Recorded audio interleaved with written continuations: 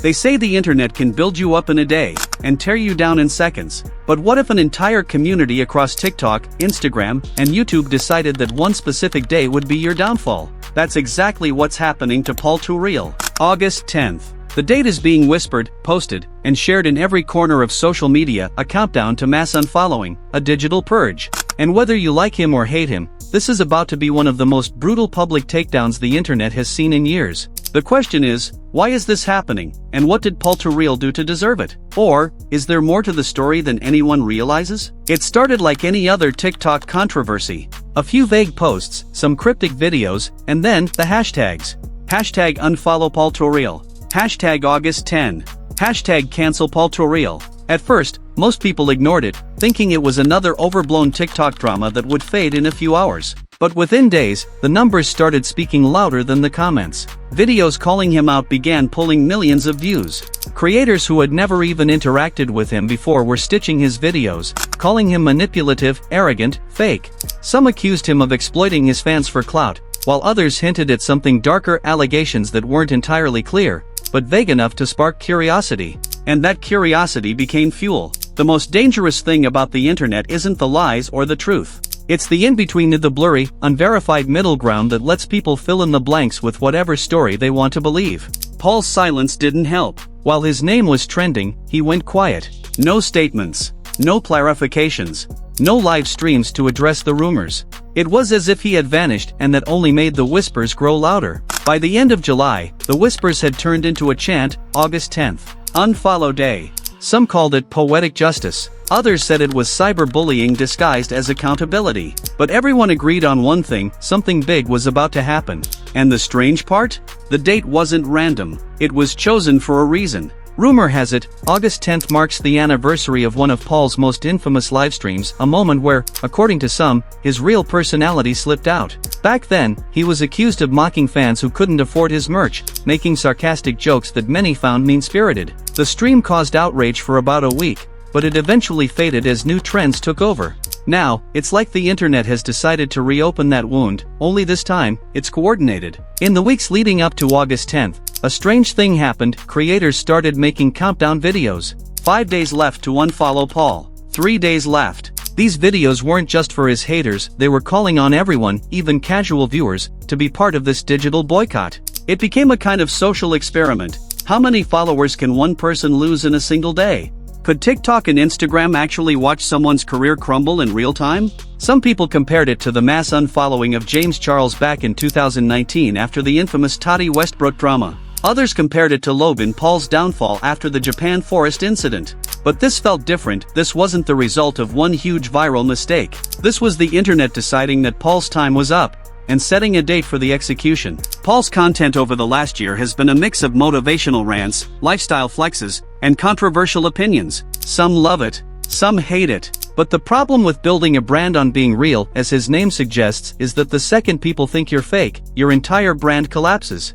And that's exactly the narrative being pushed. His critics are flooding the comments with old clips, taking small moments and reframing them to fit the Paul is fake storyline. And whether those clips are out of context or not, people don't seem to care. The psychology behind this is fascinating. Social media thrives on cycles, building someone up, then tearing them down, then maybe, if they're lucky, giving them a redemption arc. But right now, Paul's in the tear-down phase, and the mob mentality is strong.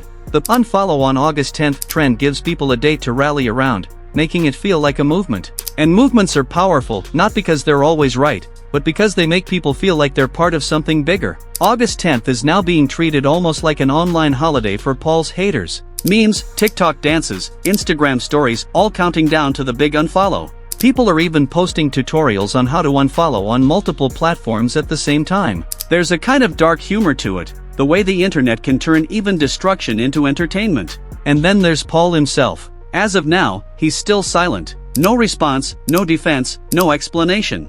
Some believe this is a strategic move, that he's letting the storm pass, planning a big comeback video once the dust settles. Others think he's in denial, refusing to believe that his audience could actually turn on him this fast. But silence is risky. In the world of online fame, silence doesn't protect you, it gives your critics the loudest voice in the room. What's ironic is that a few months ago, PaulTooReal was on a career high. Brand deals, collabs, viral videos, his follower count was climbing fast. He was the kind of creator that smaller influencers wanted to be. But fame on TikTok is like walking on a glass bridge. It looks strong, but the wrong step can make it shatter beneath you. And once it starts to crack, people don't try to save you, they jump up and down to break it faster. This brings us to the heart of the matter. Is this trend about justice, or is it about entertainment? Because let's be honest, most people unfollowing Paul on August 10th probably aren't doing it because they've been personally wronged by him. They're doing it because it's trending. Because it's fun to be part of a moment. Because there's a weird satisfaction in watching numbers drop in real time. And here's the thing, when people act as a group online, it's not just about the target anymore. It becomes about identity. If you unfollow on August 10th, you're telling your friends, I'm part of this. I stand with the movement. That shared feeling is addictive. It's why trends spread so quickly, not because every participant deeply cares about the cause, but because no one wants to feel left out of the action. Some creators are even cashing in on the drama, and they're not being subtle about it. On YouTube, videos titled "Why We're Unfollowing PaulTooReal" are popping up everywhere, with exaggerated thumbnails designed to pull in clicks. Those videos rack up hundreds of thousands of views, turning Paul's controversy into their ad revenue. Over on TikTok, it's merch season, hoodies, mugs, even phone cases printed with lines like August 10th, see ya Paul, and too real to be true. It's wild, because even if Paul somehow turns this all around, there's already money flowing in an entire mini industry built around watching him fall. But where did this wave actually start? Sure, most people point to that old livestream as the spark, but another theory is creeping through comment sections. A few of Paul's old collaborators, people who used to appear in his videos, have been quietly liking and commenting on anti-Paul posts. They haven't said anything outright, but online, even a simple like can be read as a confession. That subtle engagement fuels speculation, and speculation online spreads like gasoline on a fire. By early August, the countdown posts were everywhere. TikTok showed side-by-side screenshots of follower counts from other cancelled influencers, predicting Paul could lose hundreds of thousands in a single day. And people love that kind of scoreboard.